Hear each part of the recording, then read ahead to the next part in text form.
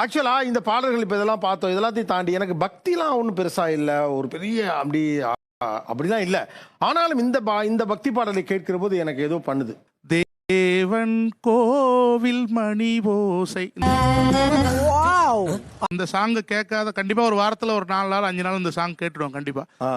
இது கேட்கும்போது ஒரு உற்சாகமா நடந்து போவோம். அவ்வளோ ஒரு வைப்ரேஷனான சாங்.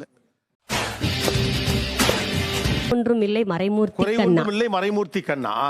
அந்த பாட்டு எவ்வளவு வேலைகள் என்ன எவ்வளவு குறைகளோட இருந்தாலும் கூட அது கூட மனசுல இருக்காது. அந்த பாட்டை கேட்ட உடனே அத்தனையும் மறந்துடும்.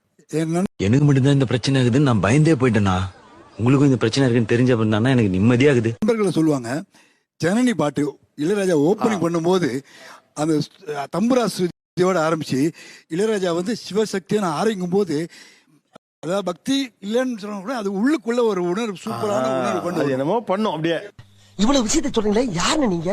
ராகவேந்திரா படத்துல அழைக்கிறான் மாதவன் அந்த பாடலை கேட்கும்போது உண்மையாவே ரொம்ப ஒரு மாதிரி இருக்கும் சார். அந்த பாட்டை கத்துக்கணும்னே தோணும் சார். பாத்திரமே பிச்சை பாத்திரம்.